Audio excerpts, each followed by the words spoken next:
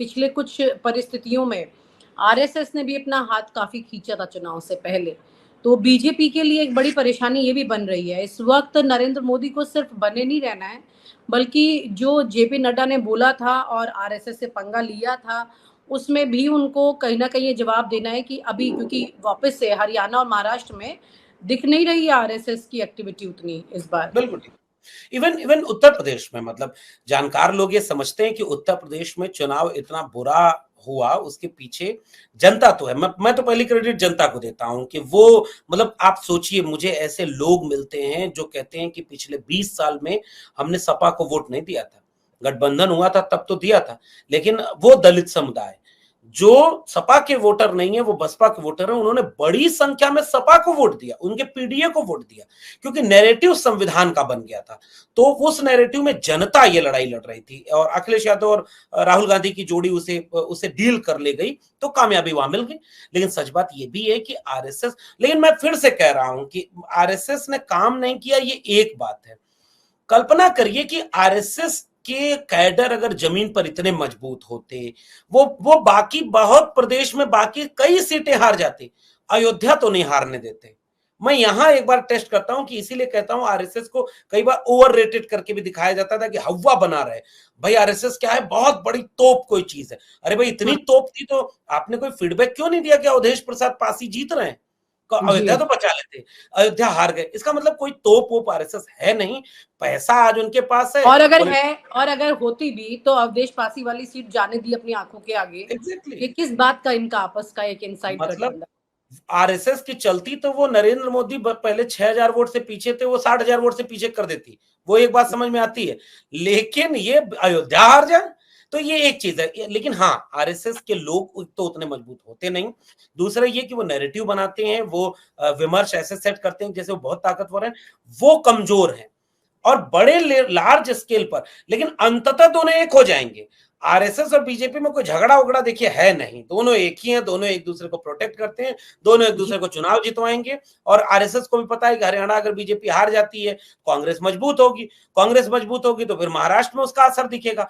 महाराष्ट्र और हरियाणा दोनों हाथ से निकल गया तो बिहार में कितना भी प्रशांत किशोर पांडे जैसे लोगों को आगे कर दें, जेडीयू को आगे कर दें, लेकिन बिहार भी मुश्किल होगा, झारखंड में भी मुश्किल होगा। तो आरएसएस को ये तो नहीं चाहिए होगा ना कि बीजेपी सत्ता से ही चली जाए, ये मैं नहीं मानता इसको। आरएसएस को सत्ता चाहिए ताकि उनका करोड़ों रुपए का फंडिंग का नेटवर्क बना रहे, कार्यक्रम उनका शिशु मंदिर चलता रहे, उनका एजेंडा चलता रहे, इसलिए सरकार भी उन्हें चाहिए। तो आरएसएस सब कुछ मतलब वो नहीं डील कर सकता। जनता तो बड़ी चीज है ना भाई। जनता को अगर लग रहा है कि किसान नौजवान विरोधी हो तुम, तो हरियाणा में आपको घुसने नहीं दे रहा है, आपको परेशान किए हुए है, तो इसका मतलब ये कि ये इनके अंदर की लड़ाई है, ये इन दोनों के वर्चस्व की लड़ाई है, बीजेपी में गुजरात लॉबी की और आरएसएस लॉबी की, कि कौन मजबूत पड़ता है। असल में दोनों कमजोर हुए हैं, मेरा मानना तो ये है। जी जी, मतलब कुल मिलाकर के ये कि आरएसएस की जो अभी रणनीति चल रही है, ठीक है, उन्होंने पहले लोकसभा चुनाव में साथ उतना नहीं दिया था या उनकी नहीं चलती है, जैसा भी मान लीजिए, लेकिन कुल मिलाकर के अभी अपनी खुद की आपस में जो इनकी लड़ाई चल रही है वर्चस्व की, बीजेपी और आरएसएस के बीच में, कि किसका कंट्रोल ज्यादा होगा, और वो भी खास तौर से जेपी नड्डा की उस स्टेटमेंट के बाद से। सिर्फ एक स्टेटमेंट तो है नहीं, रातों रात तो इतने बड़े रिश्तों में कुछ होता नहीं है। काफी पिछले 10 साल में ऐसा बहुत बार कई ऐसी घटनाएं हुई हैं आरएसएस और बीजेपी के बीच में, मतलब जहां पर नरेंद्र मोदी ने आरएसएस के तमाम बड़े नेताओं को, जिनसे उनकी उतनी पटनी नहीं खाती है, उनको बिल्कुल बैकफुट पर रख दिया, और वो अपना कंट्रोल दिखाने के लिए आज यहाँ पर मजबूर हो गए कि अब वो यहाँ पर खांचों में बांट रहे हैं बीजेपी को खुद ही। तो ये फूट डालो वाली जो रणनीति आज खुद इनके अंदर इंटरनली चल रही है। लेकिन सवाल ये उठता है यहाँ पर कि अगर ये महाराष्ट्र में भी ऐसे करेंगे या हरियाणा में भी ऐसे करेंगे, सब चीजें अपनी रिफ्ट्स के चलते चलते रहेंगी चीजें, तो आपको नहीं लगता कि ये और राज्य हाथ से खोने के बाद में फिर इनके पास राज्य कितने बच जाते हैं, क्योंकि लगातार एक एक करके इनका पूरा वो रंग खत्म होता जा रहा है। आपको याद होगा शुरुआत में जब रंग बढ़ रहा था तो पूरा टीवी मीडिया जो है वो दिखाता था कैसे कि किस तरह से धीरे धीरे करके भगवा जो है वो बढ़ता जा रहा है। जी नहीं, बिल्कुल ठीक बात है। मैंने इसीलिए विनीता जी आखिर में ये बात कही कि आरएसएस ये भी तो नहीं चाहेगा ना कि बीजेपी की सरकारें ही चली जाए।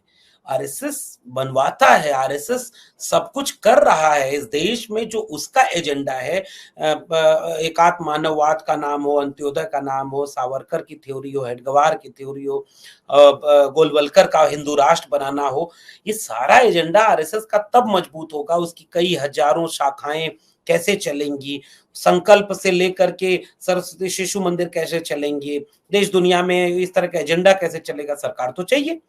हाँ, पहले के समय में वो काम ये कर लेते थे कि कांग्रेस में भी अपने लोगों को भेज देते थे, ताकि सरकार जब कांग्रेस की होती थी तो एजेंडा आरएसएस का भी चल रहा होता था। अब तो कम से कम अगर राहुल गांधी की चली तो, हालांकि कांग्रेसी अभी उतने क्लियर नहीं जितने राहुल गांधी क्लियर हो गए। राहुल मतलब मैं तो बार बार कहता हूं कि पूरे उत्तर भारत में खासकर और देश में भी एक जमाने में लालू प्रसाद यादव निर्विवाद रूप से एक ऐसे नेता के रूप में स्थापित रहे जिन्होंने आरएसएस के सामने, आरएसएस को सबसे बड़ा खतरा माना और आरएसएस के सामने, बीजेपी के सामने कभी झुके नहीं। मुलायम सिंह यादव वो नेता रहे। आप बाद के दिनों में आप देखेंगे तेजस्वी से लेकर के अखिलेश में वही तेवर दिखता है। अखिलेश यादव तो आज की तारीख में सबसे बड़े चैलेंज बन करके उनके लिए उभरे हैं, मुश्किल में उभरे हैं, क्योंकि अयोध्या मथुरा काशी जहां है वहीं जो है अवधेश पासी हैं, वहीं पीडीए है। राहुल गांधी ने लेकिन जो बदलाव लाया है वो टारगेट कर रहे हैं आरएसएस को। अगर कांग्रेसी ही राहुल गांधी का साथ दे दें, अभी पिछले दिनों हरियाणा वाले बयान में हमने देखा कि वो कहते हैं कि संघी भी घुस गए हैं कांग्रेस में, उनका मुंह ऐसे बना रहता है जैसे मैं पहचान लेता हूं वो संघी है, बाकी मुस्कुराते। अगर ये चला ना तो सरकार हाथ से जाएगी और आरएसएस कभी नहीं चाहेगा कि सरकारें चली जाएं। ये झगड़ा एक लेवल पर है और सरकारें अगर जा रही हैं तो मैं उसकी क्रेडिट जनता को दे रहा हूं। ये आरएसएस के चाहने से कोई सरकार बनती और कोई बिगड़ती नहीं है। इतना ही अगर आरएसएस मजबूत होता तो मतलब बहुत सारे राज्यों में 22 में इतना घोटाला करके मुख्यमंत्री योगी आदित्यनाथ को नहीं बनाना पड़ता। इतने घोटाले हुए, इतने सीटों को हरवाया गया, इतने नाम काटे गए वोटर लिस्ट से, इतनी तरह चीजें होती हैं। आरएसएस इतना ही मजबूत होता, उनका एजेंडा इतना ही मजबूत होता तो वो कर लेते। हाँ, लेकिन आपकी बात बिल्कुल सही है कि वो अगर ये 2-3 राज्य चुनाव हार गई बीजेपी तो वो वाला नक्शा का क्या होगा जो मीडिया वाले दिखा के चलाते थे कि पूरा भारत भगवामय हो गया, फिर वो अखंड भारत तक चले जाते थे। बाद में पता चला नहीं बड़ी बड़ी दिक्कत हो गई, 2-4 राज्य हाथ से निकल गए। उस तरह से अगर राज्य हाथ से निकल जाएंगे तो ओवरऑल बीजेपी और आरएसएस दोनों का नुकसान होगा। तो जब जरूरत उन दोनों को पड़ेगी दोनों एक हो जाएंगे और बीजेपी को जिताएंगे कि आरएसएस मजबूत रहे। हाँ, ये झगड़ा जो है वो उनके अंदरूनी फूट डालो राज करो वाला बढ़ा है, बढ़ेगा, क्योंकि कितने दिन कोई अपना जमीर बेच करके चुप रहेगा, मतलब कभी तो बोलेगा, कोई तो नितिन गडकरी होगा, कोई तो और बोलेगा, वो उनके लिए नुकसान होगा। और योगी आदित्यनाथ की तरह कोई आंख भी दिखा देगा कि नहीं बदल के दिखा दे। एक सवाल और मेरे जहन में आता है कि आपने जैसे कहा कि कौन मतलब कब तक चुप रहेगा या कब तक सहेगा, लेकिन वहीं पर एक बड़ी बात यह कि एक डर था अभी तक नहीं बोलने के पीछे कि कितना बड़ा नुकसान हो सकता है। जैसे कि नरेंद्र मोदी और अमित शाह एक बहुत सुपर पावर की तरह दिल्ली में बैठे थे, तो कोई भी व्यक्ति अगर कुछ बोलेगा तो उसे बड़ा डैमेज फेस करना पड़ेगा। पूरा इंटेलिजेंस सिस्टम जो है सरकारी वो भी उनके कंट्रोल में, एक एक व्यक्ति के फोन कॉल, यहाँ तक कि बड़े बड़े नेताओं के इन्होंने प्रॉपर स्पाईवेयर लगा दिए थे उनके दफ्तर में, घरों में पूरी रिकॉर्डिंग हो रही थी, सारी चीजें हो रही थी, हर व्यक्ति थोड़ा सा इस मामले में बोलते हुए डरने लगा था। बड़ा सवाल ये कि अब वो डर खत्म क्यों हो रहा है। राहुल गांधी ने भी बाहर जाकर के अमेरिका में बोला कि अब लोग डर नहीं रहे हैं, ये क्या मतलब डर को स्पेसिफाई करें। हाँ, मतलब कितना कोई डरेगा, मतलब एक हम लोगों के यहाँ, मैं हिंदी साहित्य का विद्यार्थी रहा हूँ और प्रोफेसर रहा हूँ तो मुझे पता है हमारे यहाँ कई कविताएं ऐसी लिखी हैं जिसमें से एक बड़ी प्यारी कविता थी कि मतलब किसी को इतना मत डराओ कि डर ही खत्म हो जाए। फिर इस पे बहुत लंबी बातें लिखी गई। मानव स्वभाव गुलाम होने का नहीं है। अगर कोई मनुष्य जिंदा है, खुददार है, तो बहुत दिन तक गुलाम नहीं रह सकता। वो धोखे में आ सकता है, मूर्ख बन सकता है, लेकिन सब कुछ गिरवी रख करके बहुत दिनों तक गुलाम नहीं रह सकता। उसके मिजाज में आजाद ख्याली होती है। हाँ, पद की लालच में, सत्ता के लालच में, अपने काले कारनामों को छिपाने के मकसद से बहुत सारे लोग समझौता परस्त हो जाते हैं, इसलिए चुप हो जाते हैं। एक बात, बीजेपी के सामने बीजेपी ने असल में इतना डराया है, इतना डराने की कोशिश की है कि अब वो डर खत्म हो रहा है लोगों के मन में। क्या ही कर लोगे, तुमने 5 साल हो गया उमर खालिद को जेल में रखा है, तुमने मंगेश यादव कोई होगा तो उसको इनकाउंटर में मार दोगे, दलितों की बस्तियां फूंक दी जाएंगी, उनको न्याय नहीं मिलेगा, बीएचयू में गैंग रेप की शिकार अगर छात्रा है, उसके समर्थन में जो विद्यार्थी आंदोलन करेंगे उन पे ऊपर तुम सस्पेंशन कर दोगे, और जो आरोपी हैं वो वो जमानत पर रिहा हो जाएंगे। राम रहीम को जमानत दोगे, पैरोल दोगे, और उधर जो है सोनम वांगचुक को जो है जेल में 2 दिन डाल दिया। ये सारी चीजें एक समय तक जाने के बाद फिर उल्टा पड़ती हैं। कितने दिन अच्छा वो भक्त भी बोलेंगे कि नहीं गोबर में विज्ञान है। आजकल एक भक्त की रोटी गोबर खाते हुए आई, कितना कौन खाएगा गोबर की रोटी, मतलब क्यों खाएगा कोई, इतना मूर्ख तो कोई नहीं होगा। बीजेपी के एकदम छोटा सा अंध भक्तों का समूह बचा है जो उनके साथ खड़ा है, जो डर रहे हैं, जो गलत है कहीं से, वो उनके सामने डर रहे हैं। भाई नहीं डरा जो, वो जीता। अखिलेश यादव नहीं डरे, राहुल गांधी नहीं डरे, और ये सारे लोग जीते।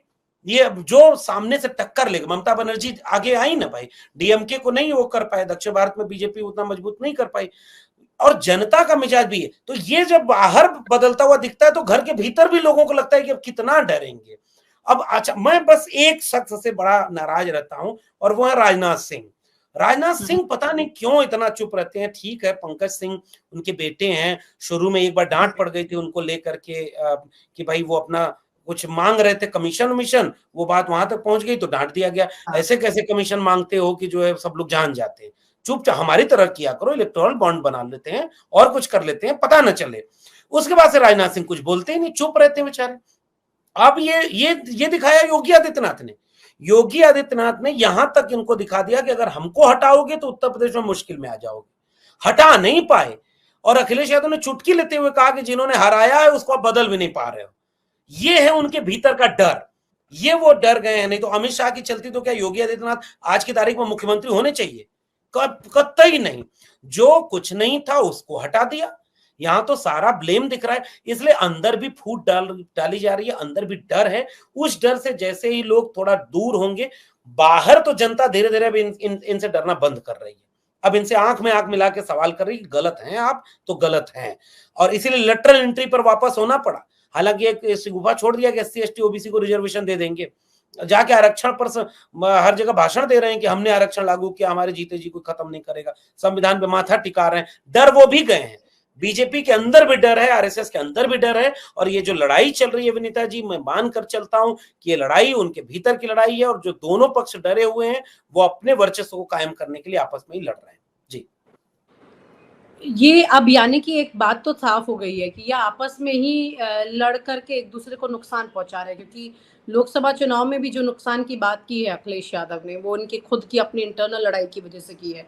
तो ये तो तय, ये जैसा अक्सर होता है हमेशा, आप तो इतिहास की सारी किताबें जानते हैं बखूबी, कि लोग अक्सर अपना पतन खुद तभी करते हैं जब जरूरत से ज्यादा चीजें उन्हें मिल जाती हैं। एक वर्चस्व की लड़ाई जो होती है। निश्चित रूप से बादशाह कई बार अपने अहंकार से भी मारे जाते हैं, और अहंकार बहुत बड़ी चीज होती है। मतलब वो कई बार आपको नॉन बायोलॉजिकल बना देती है, और फिर आपको लगता है कि आप बहुत बड़े हैं, लेकिन अचानक से आपको लगता है कि बेबसी आपके चेहरे पे दिखती है कि लोगों ने हमें कई घंटे बोलने नहीं दिया। मतलब आप वही हैं, वो तो उसी दिन दिखना शुरू हो गया था जब उत्तर प्रदेश में पीडीए ने 37 क्या 43 सीटें उनको हरा दिया। उसके बाद से बेबसी, मतलब कॉन्फिडेंस चेहरे पे आया ही नहीं। वो कॉन्फिडेंस जिसमें एक अकेला सब पर भारी होता था, किसी को कुछ नहीं समझता था, विपक्ष को बोलने नहीं देता था, जिसके घर मन करे ईडी सीबीआई भेज देता था, वो बेचारगी में आ गया। अब मुझे लग रहा है कि वो जनता को इसकी क्रेडिट देनी चाहिए, और बड़े बड़े तानाशाहों का गुरूर उनके अपने अहंकार ने तोड़ा है, उनके अपने वर्चस्वशाली इस तरह की चीजों ने तोड़ा है, क्योंकि उनको ये लगता है कि कोई कभी उनके खिलाफ नहीं बोलेगा। लेकिन एक समय के बाद लोग उनसे सवाल पूछते हैं, चाहे वो आरएसएस वाले हों, वो शर्त रख देते हैं कि या तो पीएम आपका रहेगा या प्रेसिडेंट आपका रहेगा। सोचिए ना, 10 साल इस देश में वो चला है कि पीएम भी उनका, प्रेसिडेंट भी उनका। तो ये बदलाव दिख रहा है कि वो अब उनका अहंकार खत्म हो रहा है, उनका वर्चस्व टूट रहा है, और इसका श्रेय, इस चीजों का श्रेय जनता के पास है। जनता कितने दिन, मतलब आप कल्पना करिए ना कि किसान पूछेगा ना, नौजवान पूछेगा ना कि भाई रोजगार है ही नहीं, कहीं मिल नहीं रहा है, और एक से एक झूठ आप बोलते जा रहे हैं। नीतीश नायडू को पैसे से कितने दिन तक अपने साथ आप रखेंगे? नायडू को पूरा आपने जो मांगा वो दे दिया, नीतीश कुमार को जो मांगा वो दे दिया, बाकी राज्यों में कुछ तो कुलबुलाहट होगी। अभी अगर ये महाराष्ट्र और हरियाणा हार जाएं, मुश्किल हो जाएगी बिहार चुनाव के पहले नीतीश कुमार क्या करेंगे। क्योंकि अच्छा, नीतीश कुमार भूल गए होंगे क्या कि 80-90 से उनको 45 पर लाने वाली बीजेपी है। चिराग पासवान को उनके खिलाफ खड़ी की थी, उनके सांसदों को तोड़ने की कोशिश करेगी। अभी चिराग पासवान का बयान क्या था कि जाति जनगणना होनी चाहिए और संविधान बहुत बड़ी चीज होता है।